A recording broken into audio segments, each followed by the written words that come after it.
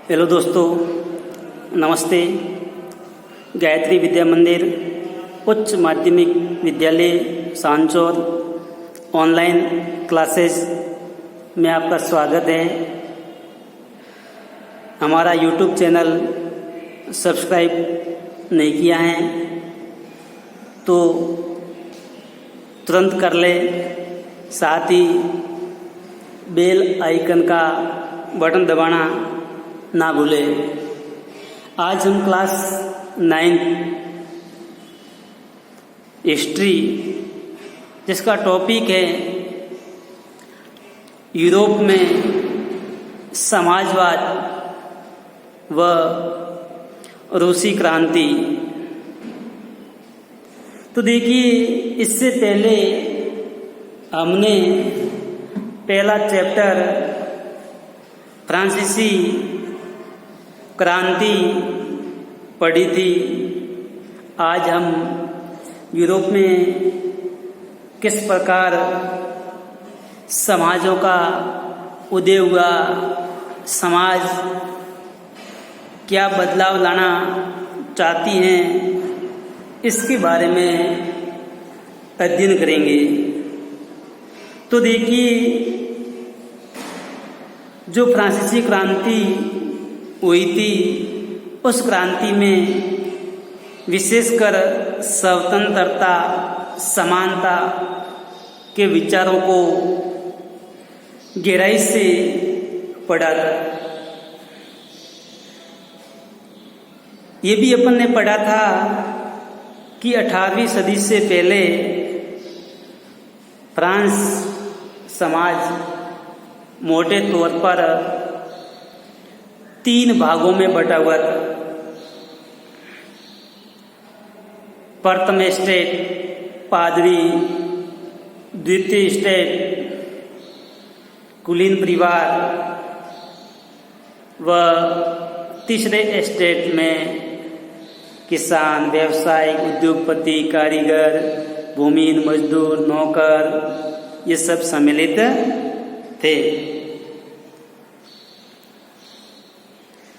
तो देखिए, समाज की जो आर्थिक व सामाजिक सतह है वह पादरी व कुलीन परिवारों का उस पर नियंत्रण था। इस प्रकार एशिया व यूरोप के बहुत सारे भागों में व्यक्तिगत अधिकारों को लेकर के आंदोलन, यहाँ अपन कह सकते हैं गर्मा गर्म बहसें छिड़ गई। तो देखिए, भारत में भी राजा राम मोहन राय फ्रांसीसी क्रांति से प्रभावित हुए, उनके नेतृत्व को जाना, मगर यूरोप में सभी लोग आमूल समाज परिवर्तन के पक्ष में नहीं थे।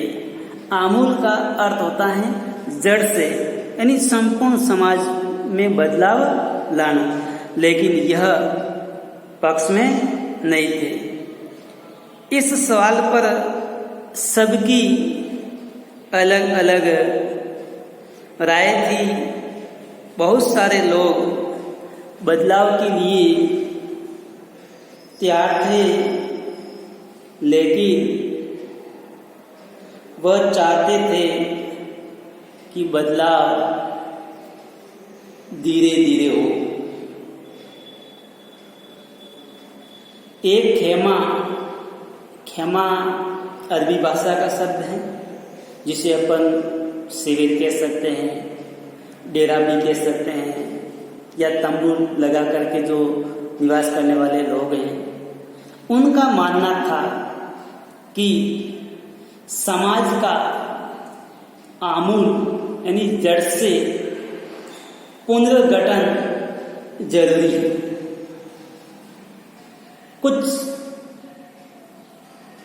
रूढ़िवादी थे तो कुछ उदारवादी, यहाँ आमूल परिवर्तनवादी या उसको रेडिकल भी कह सकते हैं, यह समाज के समाधानों में पक्ष में थे। राजनीति की इन धाराओं में क्या फर्क थे, कौन कौन सी बातें समान थी, इसके अलावा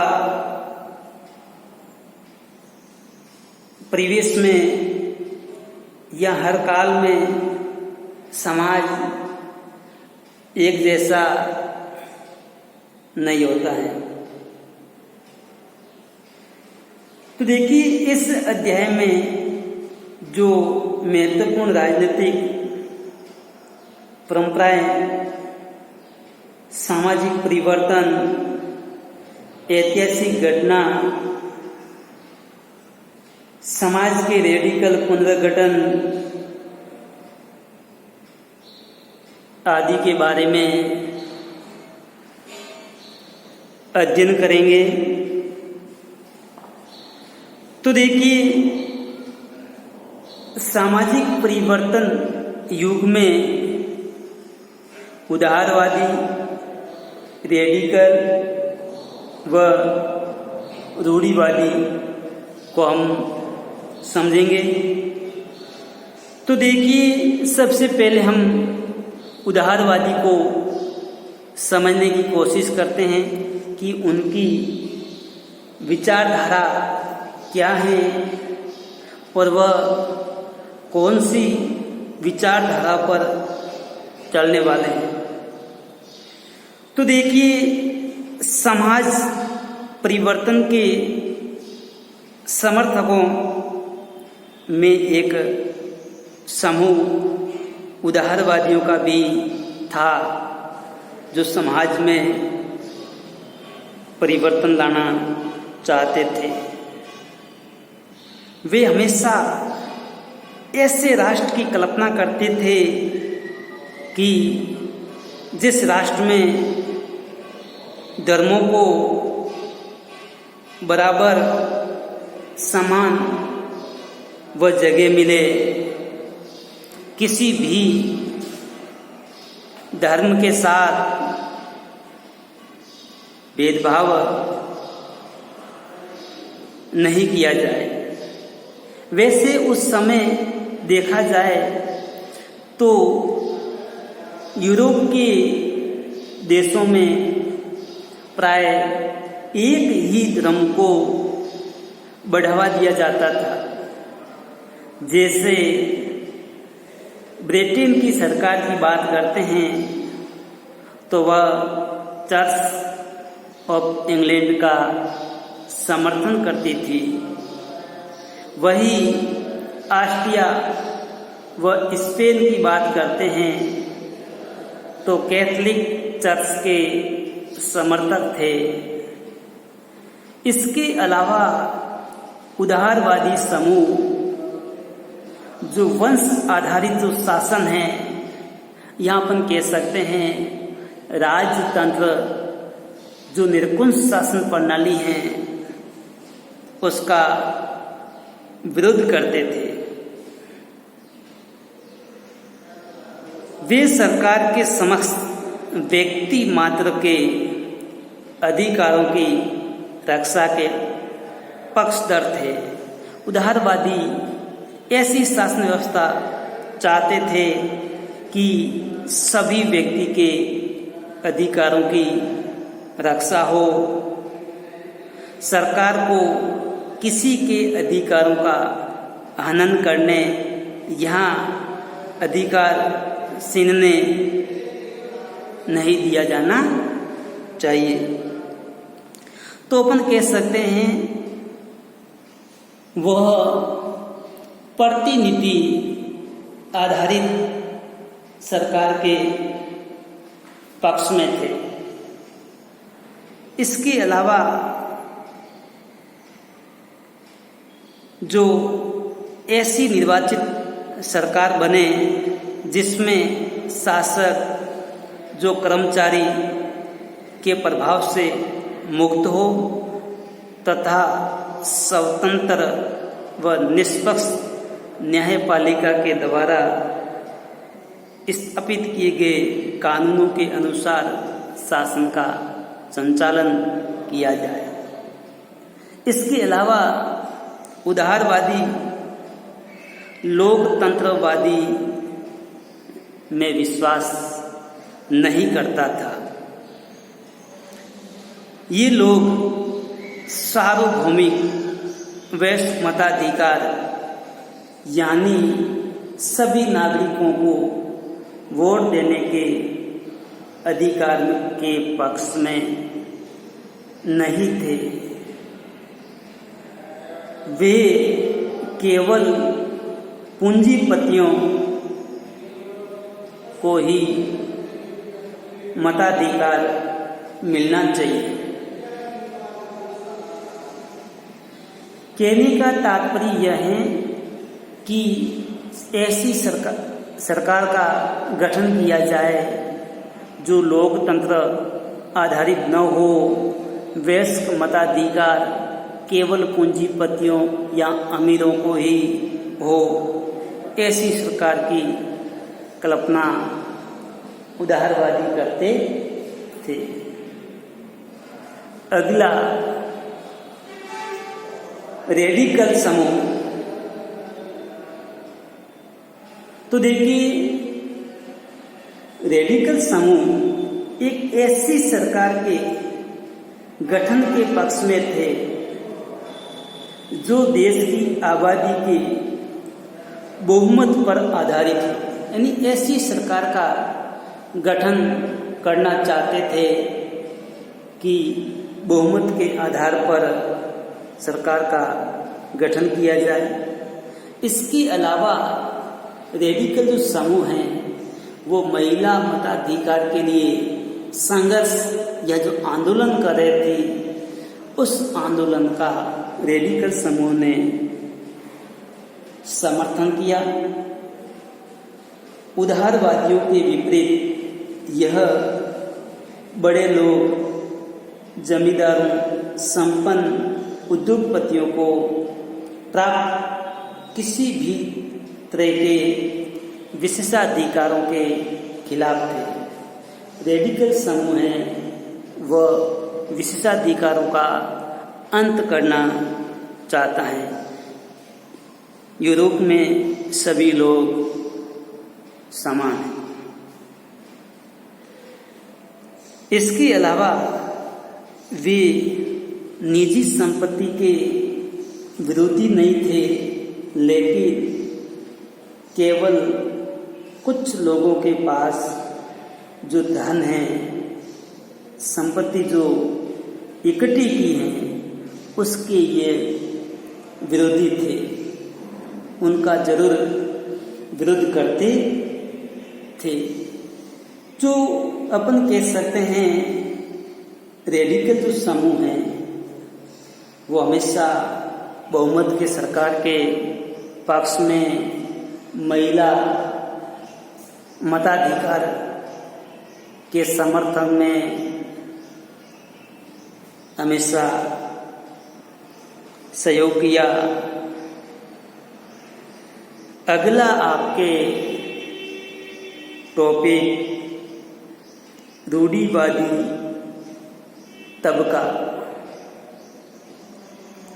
तो देखिए, रूढ़िवादी समाज की बात करते हैं तो रूढ़िवादी समाज, रेडिकल और जो उदारवादी, ये दोनों समाज हैं उनके खिलाफ है।